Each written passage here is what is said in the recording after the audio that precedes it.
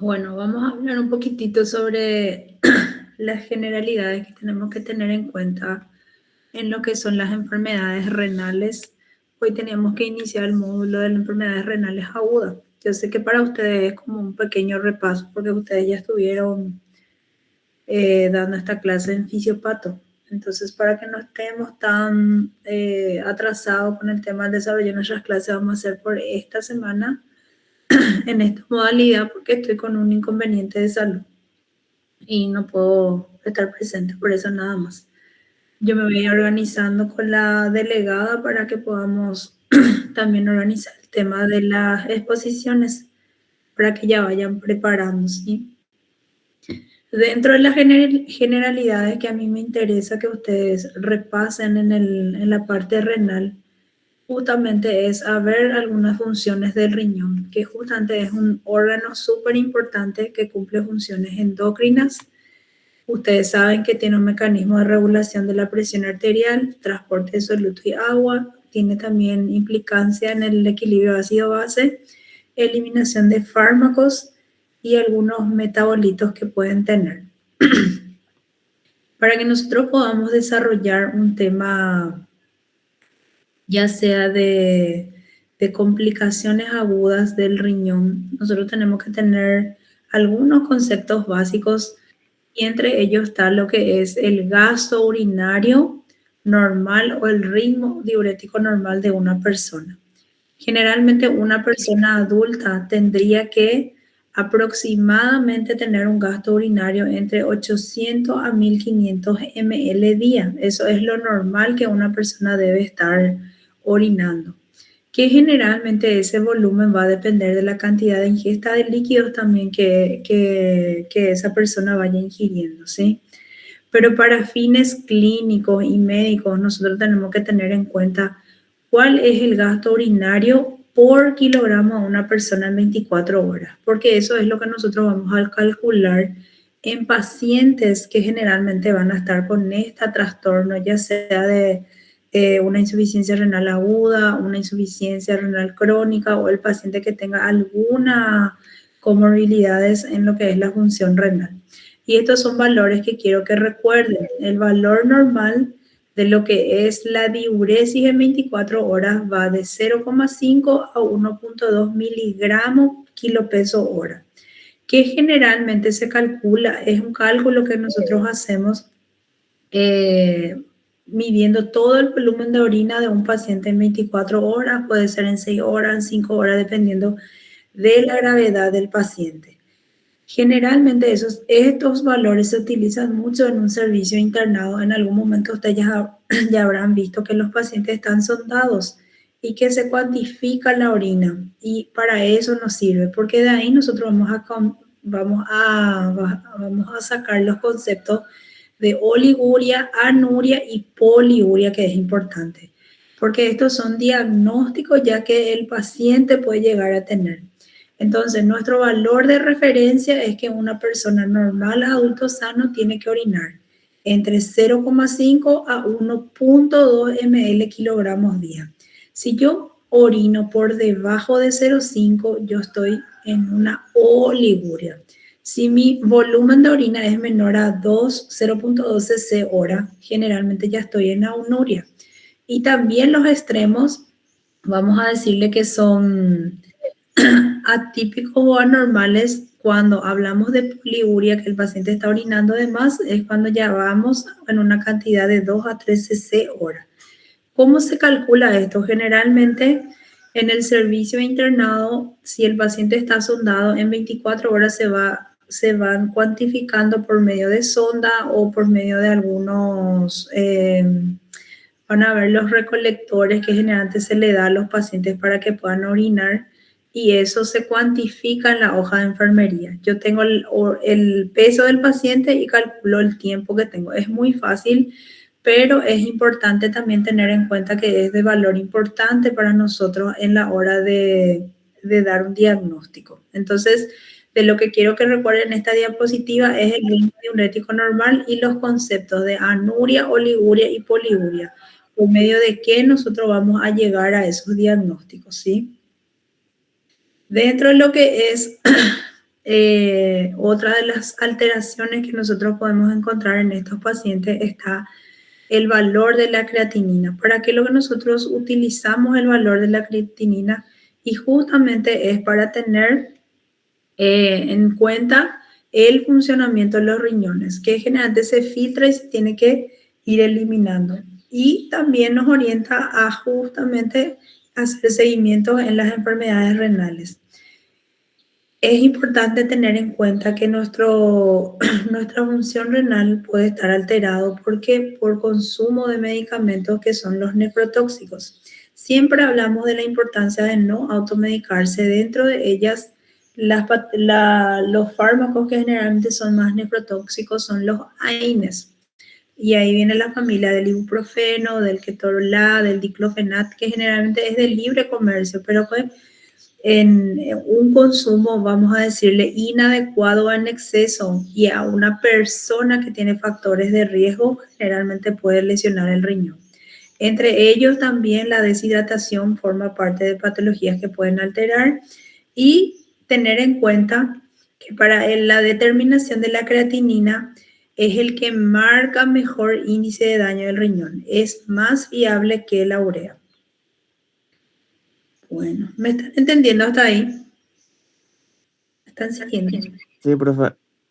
Bueno, cuando nosotros hablamos de pedir creatinina al paciente, tenemos que saber los valores normales. Que en la mujer vamos a tener este promedio que es de 0,5 a 1,2 y en el varón podemos tener un rango normal que sea de 0,6 a 1,2 miligramos por decilitro. Cualquier alteración que vaya encima de esos valores pueden indicarnos una lesión renal. También es importante tener en cuenta que cuando nosotros vamos a hablar de patologías renales, tenemos que ver cómo está funcionando el riñón, que generalmente sabemos que es el filtro de nuestro organismo, por el cual van a pasar todos los productos de desechos que se tienen que filtrar, los alimentos que nosotros consumimos. Entonces, generalmente un riñón sano tiene que tener un filtrado glomerular normal de 120 ml hora minuto en una persona aproximada de 1,72 metros. Generalmente este filtrado va a variar de acuerdo a la edad del paciente y a la patología de base. Cuando nosotros seamos más adultos, el deterioro de la función renal se va perdiendo, o sea, la función renal en sí se va perdiendo. Entonces, ¿quiénes son nuestros extremos? Los adultos mayores y generalmente los niños prematuros que todavía no tienen un riñón, vamos a decirle, bien desarrollado. Se utiliza una fórmula que es la de Korokov, donde nosotros medimos el filtrado, o sea, medimos la edad, tenemos la edad del paciente, una constante que es de 140, el peso del paciente y generalmente si es mujer se multiplica por 72 dividido la creatinina. Existen también otras formulaciones que son como unas calculadoras automáticas donde yo puedo poner los datos del paciente y ya me va a decir el filtrado glomerular del paciente. Lo que yo tengo que tener en cuenta es que esta tasa de filtrado glomerular se usa mucho en las patologías renales crónicas, donde yo voy a determinar en qué grado de falla renal está mi paciente. Cuando yo tengo una falla renal aguda, indica que mi filtrado glomerular probablemente llega a menor a 15. Entonces, siempre tener en cuenta que esto se usa más para las patologías crónicas. ¿Y para qué otra cosa yo voy a calcular el filtrado de un paciente? Generalmente, si yo le voy a iniciar un antibiótico y que yo sé que ese antibiótico tiene una acción nefrotóxica sobre el riñón, o yo le voy a pedir al paciente un estudio de una tomografía con contraste yodado, sabiendo que el yodo produce una lesión renal.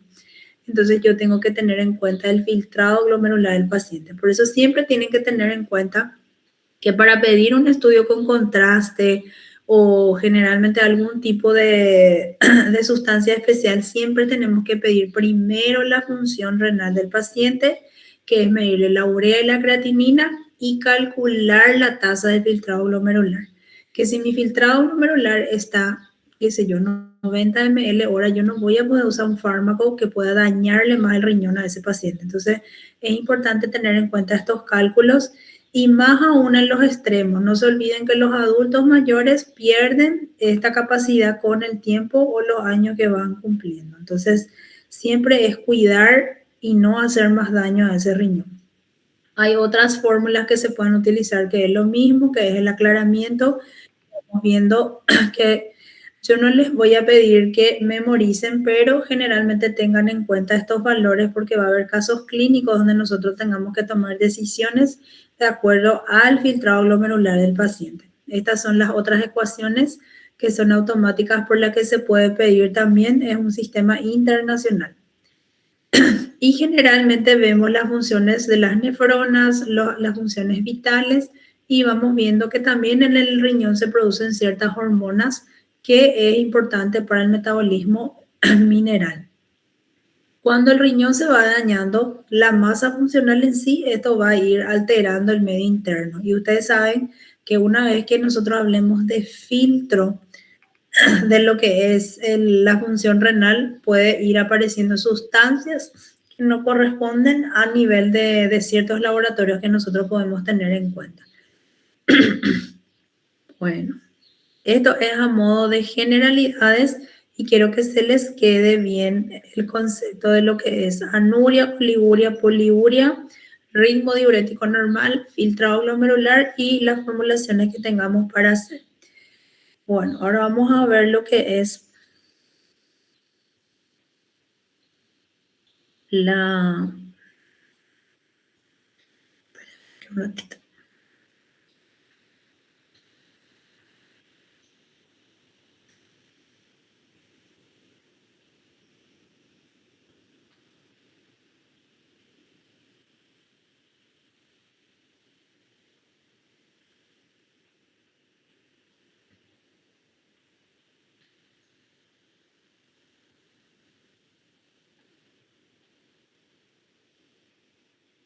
Ahí pueden ver, ¿verdad?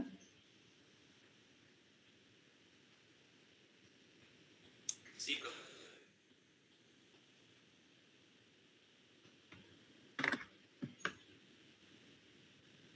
Sí, se ve, profe.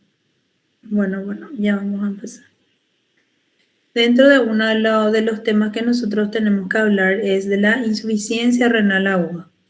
Dentro de esta patología tenemos que tener en cuenta el concepto, que generalmente es importante para nosotros, el concepto de insuficiencia renal diferenciar de lo que es la insuficiencia renal crónica. Hablando de insuficiencia renal aguda, nosotros tenemos el concepto que es el descenso rápido, que puede ser en horas o en días y tiene que ser sostenido de la tasa de filtración glomerular, que acabamos de ver que generalmente nuestro filtrado glomerular es de 120 ml minuto hora. Generalmente el riñón puede ser un riñón normal o puede haber ya una lesión previa. Puede haber aumento de la creatinina y que la falla renal se puede acompañar o no de generalmente alguna de la diuresis o no. Porque por eso es importante tener en cuenta si yo voy a dar un diagnóstico de insuficiencia renal, tengo que saber si mi ritmo diurético está conservado o no está conservado. Y también los conceptos de anuria y oliguria que pueden acompañar a esta patología.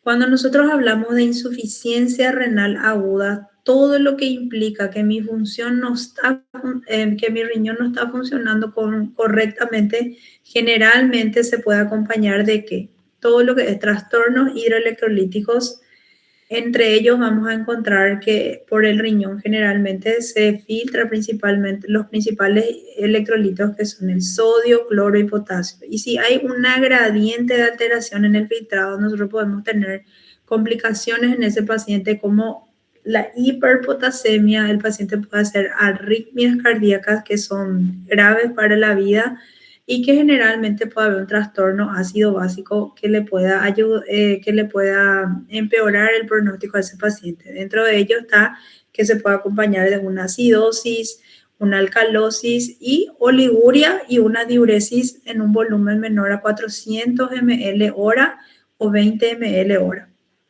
Si nosotros tratamos la causa de la insuficiencia renal aguda, generalmente se puede volver a recuperar la función normal de ese riñón, si se trata precozmente. Por eso siempre es importante ponerse y entender cuáles son las patologías que nos pueden llevar a una insuficiencia renal aguda y que si nosotros no tratamos también la causa, ese paciente puede quedar con una falla renal crónica. Entonces, es importante entender bien lo que es las causas de la falla renal.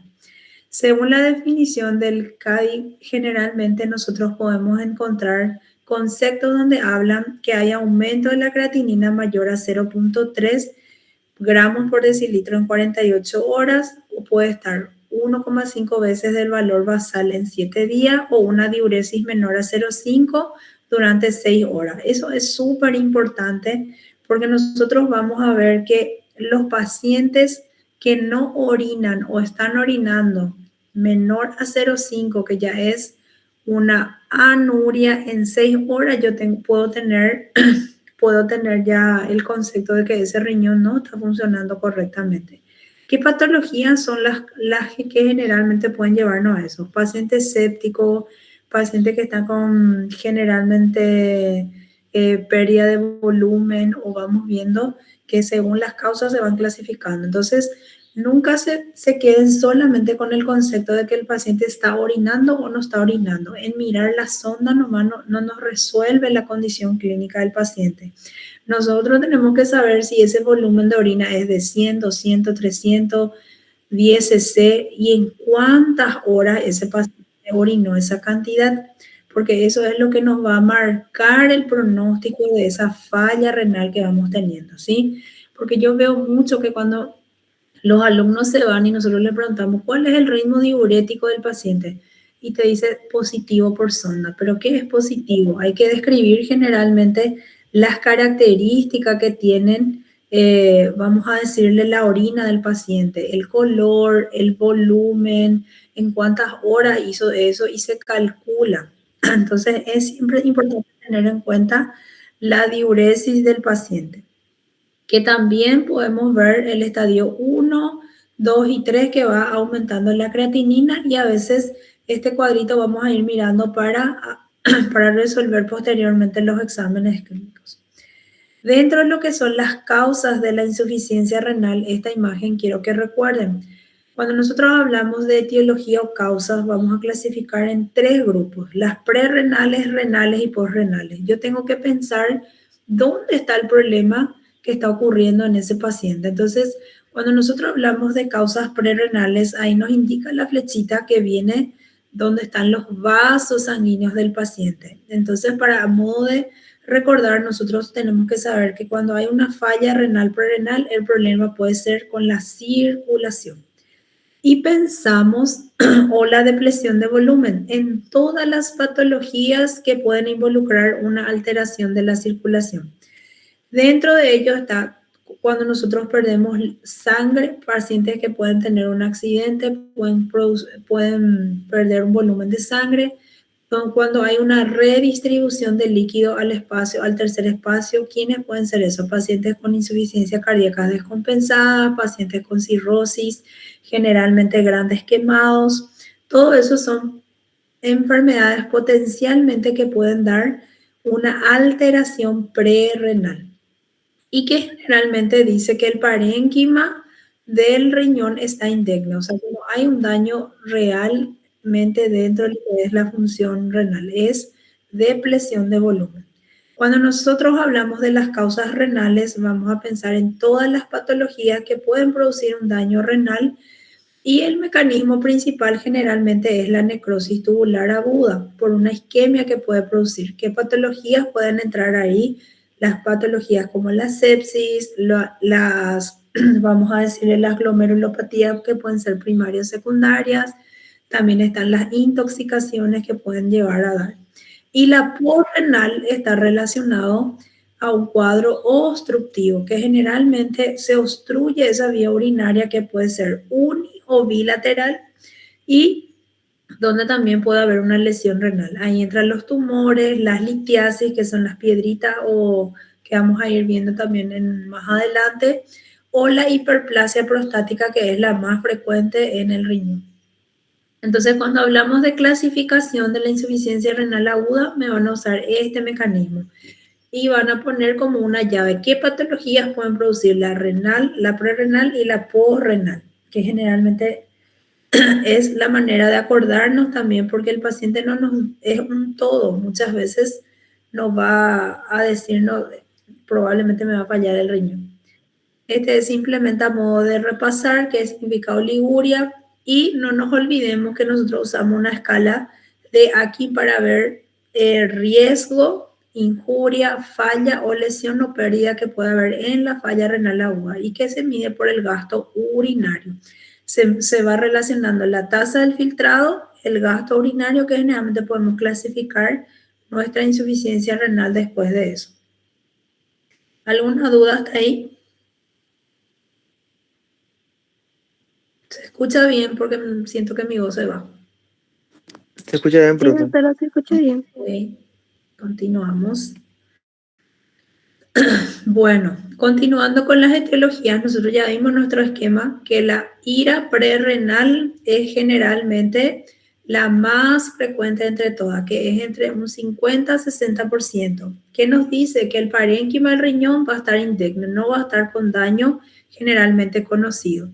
¿Cuáles son las patologías? Y esto quiero que atiendan bien porque a veces le preguntamos cuáles son. Yo tengo que pensar todas las patologías donde hubo disminución del volumen circulante. Entonces, si a mí me viene un paciente donde el paciente tuvo una hemorragia, pérdidas digestivas o pérdidas cutáneas, de por sí yo tengo que pensar en pedirle un perfil renal. ¿Cuáles pueden ser esos pacientes que tengan una hemorragia? Mujeres embarazadas, accidentes, vamos a decir, automovilísticos, pacientes que tienen fracturas expuestas, donde hay un volumen de sangre que se pierde. Por depresión de volumen, yo puedo hacer una falla renal. En las digestivas entra el vómito y la diarrea, donde hay pérdida de líquido de manera insensible. Y las cutáneas son los pacientes donde hay grandes quemaduras, las quemaduras de segundo o tercer grado, donde el paciente se pierde la barrera de protección de la piel más del 50%. Generalmente yo tengo que saber que a esa patología yo le tengo que pedir una función renal, por más que no tenga nada que ver en lo que es la sintomatología. Redistribución del líquido, entra justamente el paciente que puede tener hipoalbuminemia, generalmente los pacientes cirróticos, pacientes que tienen una insuficiencia cardíaca, traumatismo, pancreatitis, insuficiencia cardíaca, pacientes con arritmias, infarto agudo de miocardio, y no olvidarnos de una de las patologías más temidas, que es la sepsis, que es de causa infecciosa.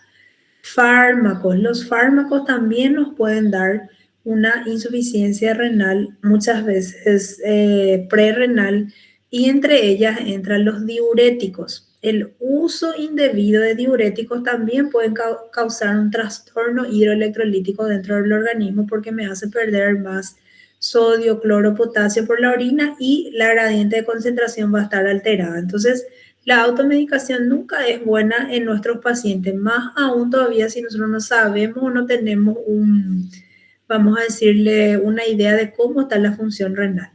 Entre los fármacos, no nos olvidemos de los diuréticos, que se usan mucho hoy en día para la pérdida de peso, que hay unas combinaciones fatales donde tiene de todo. Entonces, cuidar esos detalles siempre con los pacientes. Nunca le indiquen nada a su paciente sin antes ver cómo está funcionando su riñón. No es un solo fármaco. Y los AINES y los IECAS. Generalmente entre los AINES está el ibuprofeno, todo lo que es la familia del ketorolac, ibuprofeno, el diclofenac, y los IECAS, que son los antihipertensivos, que pueden también dar una alteración de lo que es la parte de la circulación.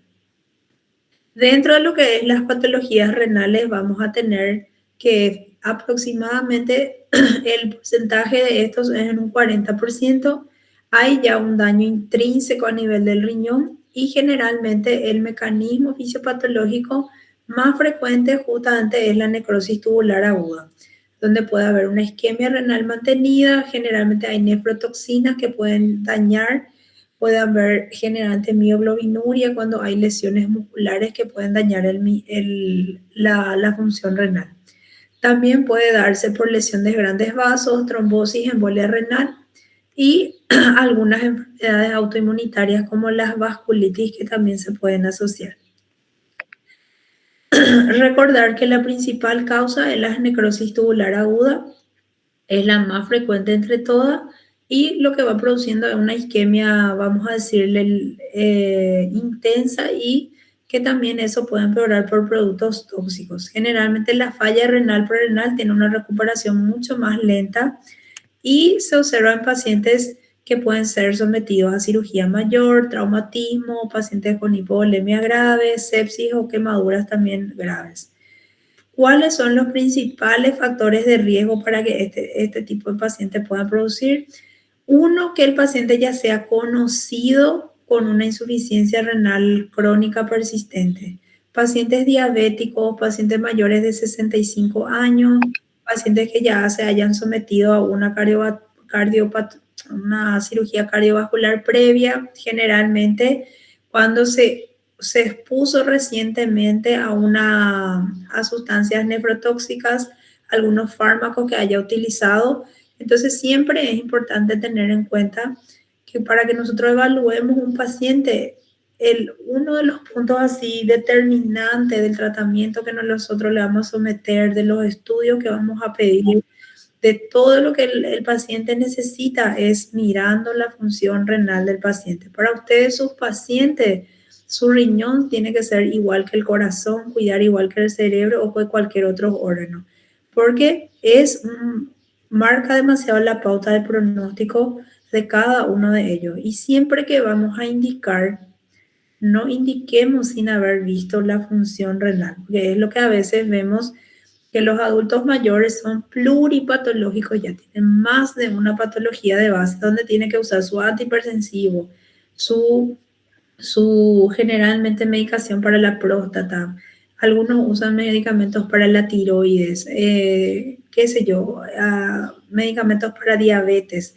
Y generalmente las combinaciones también, todo eso tiene efecto sobre el riñón. Entonces, como médico, nosotros tenemos que manejar la función renal del paciente para poder combinar los fármacos. Y cuando ustedes den farmacología, van a entender las interacciones farmacológicas que puede haber. Porque yo no le puedo estar dando al paciente un AINE, que es un ibuprofeno, cada 8 horas por 5 a 10 días. Le estoy agregando suenalapril, le estoy dando furosemida para que me orine. Generalmente puedo producir una lesión renal. Entonces los fármacos son muy importantes a la hora de indicar, ver la función renal. Y la postrenal es la que es más fácil de detectar. Generalmente puede haber lesiones ureterales, son las que son en menor porcentaje, en un 5%. ¿Por qué se obstruye? Puede haber lesión a nivel del uréter, a nivel de la vejiga o a nivel de la uretra del paciente. Pueden ser por litiasis, que son las pequeñas piedritas que pueden ir obstruyendo, los coágulos, puede haber una necrosis papilar, o el paciente puede estar haciendo un tumor, una fibrosis retroperitoneal, hipertrofia, carcinomas de próstata, rotura vesical y lesiones por traumatismo también, que generalmente vemos mucho la fimosis o parafimosis, que el paciente puede tener una obstrucción de lo que es de la anatomía del árbol urinario, que puede llevar a eso. Generalmente, ¿cómo se manifiesta una insuficiencia renal postrenal? Es con retención aguda de la orina. El paciente de la nada deja de orinar y hace un globo vesical. Cuando la vejiga ya tiene la cantidad suficiente de líquido, que aproximadamente nosotros sabemos que es un volumen de 400 ml aproximadamente, y ya se llenó eso y no está pudiendo eliminar, eso se llama retención aguda de orina, y es la manera en que generalmente nos damos cuenta de que puede haber una obstrucción urinaria. Algo está impidiendo el paso de esa orina. y que pueda haber también posterior a eso un daño renal asociado. Dentro de la fisiopatología de la lesión renal aguda, nosotros vamos a encontrar que puede haber alteraciones vasomotoras o alteraciones tubulares. Todo esto que dentro de las alteraciones vasomotoras, ¿qué es lo que va produciendo? Hay una disminución del coeficiente de filtración, hay disminución del flujo sanguíneo renal, también puede asociarse las alteraciones tubulares por obstrucción y redifusión del filtrado tubular. Todo esto lo que va llevando es que mi filtrado glomerular vaya disminuyendo, que ese órgano ya no pueda actuar correctamente y no pueda cumplir una función como la que le corresponde. ¿Cómo yo puedo valorar un paciente que probablemente me va a venir con una falla renal aguda? Yo lo que quiero que entiendan es que el paciente nunca viene diciéndome, ¿sabes qué? Mi riñón está faltando, está empezando a fallar. Generalmente nosotros como médicos, de acuerdo a la patología de base del paciente, tenemos que tener en cuenta si nunca vamos a errar si le pedimos un perfil renal, dependiendo de la edad, dependiendo de la patología de base que tenga. Generalmente, clínicamente, el paciente, ¿qué puede tener? El paciente puede tener signos de deshidratación, que es una sed extrema, una hipotensión ortostática, el paciente está taquicárdico, el paciente está con una hipotensión relacionada justamente a una sequedad de las mucosas, no está orinando. Entonces, generalmente la historia clínica del paciente es lo que me va a llevar. Hay una sudoración profusa, reducción de la diuresis. El paciente que nos dice que no está orinando, que está con vómito, que está con diarrea, hace 48 horas, yo me tengo que suponer que ese paciente probablemente está en una deshidratación severa y que puede haber manifestaciones, vamos a decirle, a nivel renal que pueda estar ya alterando. Cuando nosotros el paciente se descompensa y dejamos progresar, el paciente puede llevar a lo que conlleva un síndrome urémico y alteraciones hidroelectrolíticas. Tenemos que buscar signos de hipotensión, taquicardia, sequedad de mucosa, se debe buscar rash, púrpuras que pueden aparecer por las vasculitis también y alteraciones a nivel de la uva o el fondo de ojo que a veces tenemos que ir viendo. Puede aparecer la diuresis inferior a 400 ml de día o el paciente puede estar en anuria, ¿sí? Trastornos hiperuricémicos y a veces edema o congestión pulmonar. Puede aparecer hiperpotasemia con arritmias graves que son cardiovasculares y también acidosis metabólica. Manifestaciones digestivas que pueden ser anorexia, náuseas, vómitos. Neurológicas muchas veces va a ser estupor y coma ya. Siempre es importante tener en cuenta que el paciente es un todo y los signos y síntomas previos a lo que le llevó a un servicio de salud es lo que nos va a orientar. Entonces ahí está otra vez la historia clínica detallada que nosotros le vamos a hacer. ¿Por qué se está yendo ese paciente? Si fue por vómito, si fue por diarrea, si el paciente tuvo una pérdida sanguínea, tuvo una menstruación, un sangrado, una hemorragia. El paciente está con una enfermedad de base y ahí sí ya tenemos que abrir paraguas y buscar generalmente signos de clínicamente que nos pueda orientar, ¿sí? Porque él es un todo y no es que nos va a decir que la falla renal ya está ahí. Pero ¿en quién nosotros vamos a tener ese índice de riesgo que tenemos que ver? Adulto mayor a 65 años, que ya sea conocido como una insuficiencia renal crónica previa, pacientes diabéticos, hipertensos, cardiópatas, cirróticos, los pacientes que tienen alguna enfermedad vascular de base o desnutrición, generalmente son pacientes que probablemente van a empeorar su función renal. Además, le agregamos a esto a todo paciente que estuvo hospitalizado en la unidad de cuidados intensivos, que generalmente sufrieron o se realizaron una cirugía mayor, estuvieron ventilados, usaron algunos fármacos nefrotóxicos o se realizaron algún estudio de contraste yodado. Todo esto tenemos que tener en cuenta a la hora de valorar y evaluar a ese paciente que nos viene en el servicio. Bueno. ¿Qué es lo que nosotros vamos a pedir como laboratorio de rutina de un paciente que tiene probablemente un estudio de diagnóstico de la falla renal? Lo que nos va a orientar generalmente es la urea y la creatinina sérica que vamos a pedir, y eso se va controlando cada 24 a 48 horas en un servicio de salud. Tenemos que solicitar también los electrolitos: sodio, cloro, potasio, magnesio. Generalmente vamos a pedir una gasometría para poder ver si hay una acidosis relacionadas, fósforo, que también nos orienta, y vamos a pedir un análisis de orina donde podemos ver si no hay antecedentes hematurias, cilindros, proteinurias, y ir viendo índice de creatinina en orina al azar y la fracción de excreción de sodio, que generalmente nos va a orientar hacia una prerrenal de la renal. Entonces, estos son los estudios básicos que nosotros le vamos a pedir al paciente: perfil renal, urea creatinina que involucra, gasometría, electrolitos, una orina simple y generalmente el índice urea creatinina en orina, también la fracción de excreción de sodio que hay que calcular, ¿sí? Aparte de lo que es los estudios diagnósticos, nosotros vamos a ver los parámetros renal del sodio, que generalmente se calcula la osmolaridad urinaria, la osmolaridad del sodio, que nos sirve simplemente para diferenciar una prerrenal de la posrenal.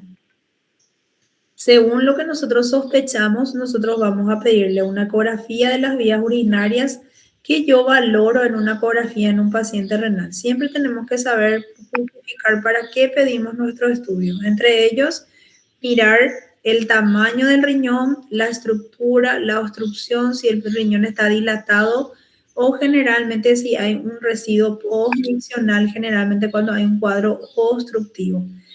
Ustedes pueden diferenciar un riñón que tenga una lesión renal crónica versus la versión renal aguda. Va a estar un riñón que tiene una enfermedad renal crónica. ¿Cómo les parece que va a estar su estructura?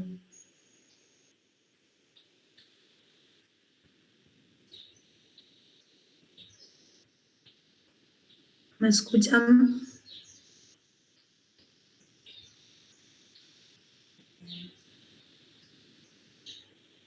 ¿Me están escuchando, chicos? Sí, profe, te escuchamos. Cecilio, decime vos, Cecilio, ya que vos levantaste la voz. ¿Qué te parece que va a haber la diferencia entre un riñón que tiene una falla renal aguda y un riñón que tiene una falla renal crónica en la ecografía?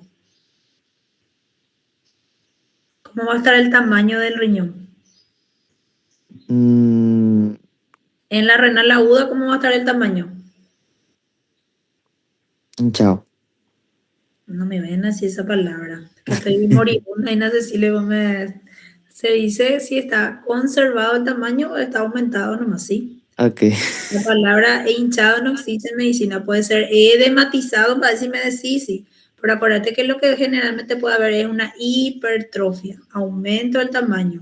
Ujú. Y un riñón que es ya crónico, que esa falla renal ya tiene hace 10 años, ¿qué te parece? ¿Cómo te parece que va a estar el tamaño? Va a estar Podría estar más aumentado. Acuérdense que por eso es importante que después vamos a ver el tamaño del riñón. En una renal aguda puede estar normal el tamaño del riñón, pero en una renal crónica, en fases iniciales hay una hipernefrosis, es como si fuera que se agranda. Después, cuando ya es crónico, pasó 10 años de esa falla renal, el riñón se vuelve atrófico y pequeño. Entonces, una de las características de la falla renal crónica es que el riñón ya es chiquitito y es una estructura atrófica. Por eso que tenemos que entender cuando vamos a pedir sí o sí la ecografía diferencial, porque eso nos orienta. Y los años acordate que cuando vos hablas de una falla renal aguda, vos estás hablando de días, horas y tiene que ser menor a 3 meses. Y la falla renal crónica es una falla renal persistente mayor a 3 meses ya. Por eso que siempre es importante el tiempo tener. Entonces, si vamos a pedir una ecografía, sí o sí nos orienta el tamaño, la estructura, la dilatación y si hay un residuo postmiccional que nos puede orientar si que el paciente tiene una lesión, vamos a decirle, que le está impidiendo vaciar toda la vejiga. También podemos cuantificar la proteinuria. Recuérdense que nosotros Necesitamos un filtro y que ese filtro cuando está empezando a fallar va a dejar pasar sustancias que generalmente no son normales que pasen la orina. Y dentro de ello está la proteinuria, que cuando desarrollemos enfermedad renal crónica vamos a entender que ese filtro ya está agrandado y generalmente el renal crónico hace una proteinuria aumentada. En la aguda puede haber, pero generalmente no es un valor promedio. Podemos pedir también algunos estudios específicos como el complemento ANCA, antimembrana basal glomerular, que son para las patologías autoinmunitarias que pueden estar relacionadas. Si yo tengo una lesión intersticial, puedo medir fármacos o pedir estudios serológicos para ciertas sustancias o ciertas patologías como la hepatitis B, VIH y todo eso que también puede estar relacionado. Pero tener en cuenta, pregunta, examen, cuando yo pido una biopsia renal en una falla renal aguda, es cuando no resuelvo, no hay una clara causa de la falla renal aguda y generalmente está asociada a alguna glomerulopatía o una vasculitis. Esas son preguntas que tenemos que ver porque a veces hay pacientes jóvenes que nos vienen con falla renal aguda, no tuvo ninguna de las causas que solemos estudiar, entonces tenemos que biopsiar el riñón. No todos los riñones se biopsian, pero hay esta excepción a la regla que es justamente cuando no mejora, cuando no hay una causa clara y se está asociado a glomerulopatías primarias y vasculitis. ¿Está bien? Para llegar al diagnóstico es una manera de ir repasando. Generalmente tenemos que encontrar una buena anamnesis, pedir pedir creatinina y urea, generalmente para evaluar a ese paciente. Y generalmente vamos a pedir un hemograma y electrolitos. Allá entra calcio, sedimentación de orina. Podemos pedir una ecografía abdominal. Generalmente la radiografía se utilizaba mucho antes para ver los cálices renales, que ya no es de primera elección. Hoy en día utilizamos la ecografía, que es generalmente más inocuo, no tiene irradiación el paciente, y llegamos a una resonancia o una tomografía, dependiendo ya si es que yo veo una obstrucción de la vía asociada. ¿Con quién yo tengo que hacer diagnóstico diferencial de la insuficiencia renal aguda? Una de las primeras es diferenciar si es una insuficiencia renal de causa prerrenal o es renal. Entre ellos, ¿qué me va a servir para eso? La excreción del sodio, el sedimento y la respuesta a la hidratación. Tengo que diferenciar una insuficiencia renal aguda de la crónica, ver si los riñones están pequeños, si están atróficos, si el paciente está con una anemia severa, una osteodistrofia, una creatinina elevada. Generalmente eso va más con una crónica. Y en la postrenal yo tengo que ver generalmente cómo es lo que veo en la ecografía, si hay residuos, si hay sondaje, ver siempre si es reversible o no. Y las causas especiales, ver la rhabdomiólisis, que generalmente son inflamaciones musculares donde se puede liberar ciertas mioglobinas y pueden dañar el riñón. También están los casos especiales del embarazo, fármaco o el uso de contraste que tengo que ir viendo. Pregunta de examen que me van a anotar ya luego es la diferencia entre una ira aguda cuando veamos nosotros una postrenal, vamos a entender bien, pero es importante tener en cuenta el tamaño, la función y que generalmente en una renal crónica el paciente tiene anemia porque ya no se produce la eritropoyetina. Entonces, generalmente sí o sí tengo que pedir un hemograma que me va a orientar, porque a veces el paciente llega, él no sabe que su riñón no estaba funcionando como corresponde y nosotros tenemos que hacer un seguimiento a ese paciente. Pero si ya tiene todos estos antecedentes, nuestro diagnóstico va más hacia una crónica y la crónica puede recibir el concepto que es reagudizada, ¿sí? Que a veces también puede haber daños que van a empeorar ese riñón. Bueno. Esquema diagnóstico diferencial, generalmente ir viendo la renal crónica, obstrucción urinaria si hay, que es posrenal, si hay lesiones vasculares, glomerulares, nefritis intersticial o necrosis tubular. El pronóstico. Es importante tener en cuenta que la mortalidad de un paciente renal agudo es de entre el 40 a 50%. ¿Y de qué depende que esto vaya mejorando? Generalmente de la enfermedad de base que tenga el paciente. Cuando mi paciente sea más añoso, más patologías de base tenga, es inicio del mal pronóstico. Generalmente la insuficiencia renal aguda complicada aparece en el 15 a 20% de los ingresos hospitalarios y es más frecuente en los adultos mayores. En cuanto a lo que es tratamiento, nosotros no es nuestro tema siempre, yo les digo tocar, pero tener en cuenta que lo que yo quiero que se les quede de insuficiencia renal aguda, que ustedes sin que el paciente les diga mi riñón puede estar fallando, ustedes hagan ese esquema mental de saber que le tienen que pedir un perfil renal pensando en las patologías que son causantes de eso. Entonces ese diagnóstico de hacer que puede ser prerrenal, renal y posrenal, todas las patologías que entran ahí es la que nosotros tenemos que manejar. Porque generalmente se va un paciente con, supongámosle, lo más frecuente que tenemos en el hospital es diarrea y vómito. Se va y consulta, el paciente tiene ya signos de deshidratación, que es mucosa seca, está taquicárdico, está ya generalmente orinando poco, sigue tomando líquido y ¿qué nosotros hacemos? Muchas veces le hidratamos y le tratamos de compensar al paciente. Pero lo mínimo que yo le tengo que pedir a ese paciente es un hemograma, electrolitos y un perfil renal.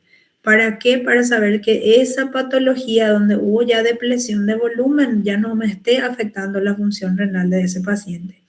Y tener en cuenta que para el manejo posterior, ¿qué otras patologías pueden entrar ahí también que son frecuentes?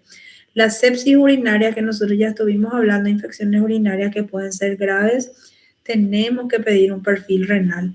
En pacientes quemados tenemos que pedir un perfil renal. En pacientes que están tomando AINES de manera indiscriminada, tenemos que pedir una función renal. La pasada tuve un paciente que me dijo que él estuvo tomando ibuprofeno por 3 meses. Imagínense cómo va a estar la función renal de ese paciente que tomó ibuprofeno por 3 meses con cada episodio del dolor. Y la mayoría de nuestros pacientes llegan con esas características, que tienen una medicación para el dolor y toman de manera continua, sin una indicación previa. Entonces siempre tenemos que ser cuidadosos en la hora de tomar medicamentos sin prescripción médica. Y ahí también entra siempre estos fármacos que vienen. Yo sé que estamos reactualizados con el tema del uso de la creatinina, de otros fármacos que pueden no son, o sea, ni son fármacos, son suplementos que podemos usar en la hora de hacer actividades físicas, pero que tenemos que tener por lo menos un control básico de nuestra función renal. Todos nosotros podemos ser portadores de una lesión renal sin darnos cuenta.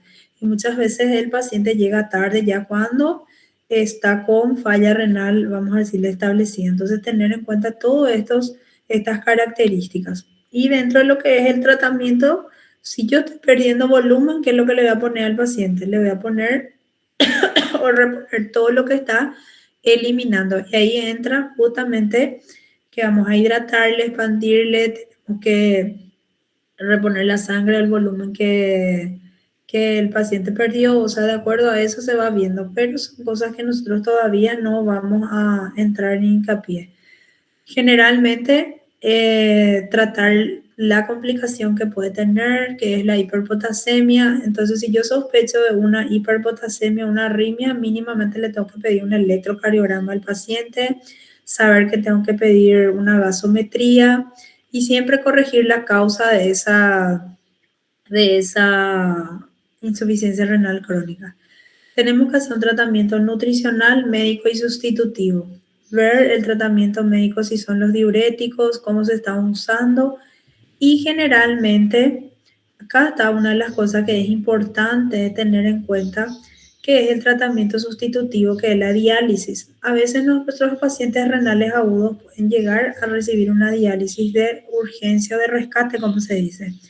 Generalmente existen dos tipos de tratamiento sustitutivo renal que nosotros tenemos que conocer, que es la diálisis peritoneal, la hemodiálisis, que estos dos tipos de tratamientos se realizan en nuestro en nuestro país y en muchos de los servicios que tenemos. Y esto va a depender de la complicación de ese paciente y que generalmente no esté respondiendo a los tratamientos convencionales. Entonces es demasiado triste llegar a tener en cuenta que un paciente con lesión renal aguda que se pudo recuperar totalmente la función renal tenga que llegar a un tratamiento de sustitución que puede ser diálisis o hemodiálisis dependiendo de la condición clínica. Entonces, vamos a decirle, nuestra tarea como médico es siempre pensar en el riñón, que todo lo que yo le pueda dar a ese paciente pueda ir complicando más esa enfermedad o lo que le esté produciendo. Cuando mi paciente, este sí es una pregunta que me gustaría que tengan en cuenta en la hora de leer, cuando un paciente puede tener un tratamiento sustitutivo renal. Oliguria es que me esté orinando poco en 12 horas. Anuria, que me esté orinando menor a 50 ml o 0,02 ml. Hipervolemia, hiperpotasemia, que generalmente no responde. Todas estas complicaciones me está teniendo mi paciente renal agudo. Yo ya le hice todas las medidas iniciales, ya le hice expansión, ya le hice corrección de su potasio y mi paciente no me responde, significa que es un candidato a una terapia de sustitución renal, que es importante tener en cuenta, ¿sí? Tener en cuenta cuándo vamos a biopsiar, generalmente cuando es desconocida la insuficiencia o la etiología de la insuficiencia, cuando yo sospecho de glomerulonefritis y generalmente cuando la necrosis tubular no se responde, ¿sí? ¿Alguna duda hasta ahí? ¿Algo se les quedó?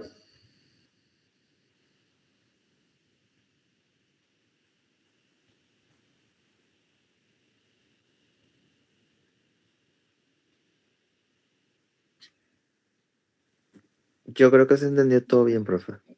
Yo también, profe, creo que se entendió bien. Estoy intentando hablar lo máximo que puedo porque mi laringitis no me deja tanto. Bueno, yo le voy a pasar a la delegada y después les voy a pasar unos casos clínicos, ¿sí? Relacionados a esto para que me puedan completar.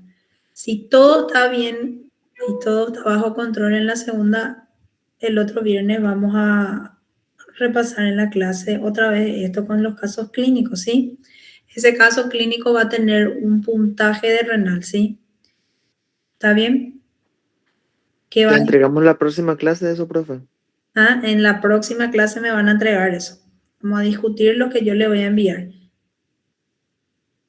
¿Qué pasó, Gaza, en tu cara de desesperado? Espérenme que... Bueno, chicos, la idea es que podamos, si se resuelve mi inconveniente de salud, pueda estar ya con ustedes el viernes. El caso clínico me van a responder, son fáciles. La idea es que se nos quede ya un poquito más fijado estos temas de cómo puede venir un paciente con falla renal aguda. Porque falla renal crónica es una de las patologías que generalmente siempre ya tenemos un prototipo de paciente que puede ser generalmente el hipertenso, el diabético o todos los que tengan una enfermedad crónica de base puede ir asociado a una falla renal crónica. Que también tenemos que conocer los estadios, ¿sí? Y de lo que nos falta hablar es de las glomerulopatías también, que eso sí me gustaría dar presencial porque es muy difícil captar la atención de todos ustedes cuando están online. No es mi método de clase, pero lo estamos intentando. Espero que algo se les haya quedado, ¿sí? Tienen la tarea de leer ya insuficiencia renal aguda y infecciones urinarias, que es importante. En la siguiente vamos a dar la crónica y glomerulopatía, que es un poquito abstracto, pero vamos a tratar de terminar, ¿sí? ¿Alguna consulta hasta acá? Otra cosa que les quería aclarar, ustedes tienen luego su grupo de práctica de patomédica. Las exposiciones, lo ideal es hacer por afinidad. Si ustedes están entre 10, las exposiciones van a dividir en dos grupos, 5 y 5. Ese grupo nos vamos a mantener si es que no va a haber inconvenientes.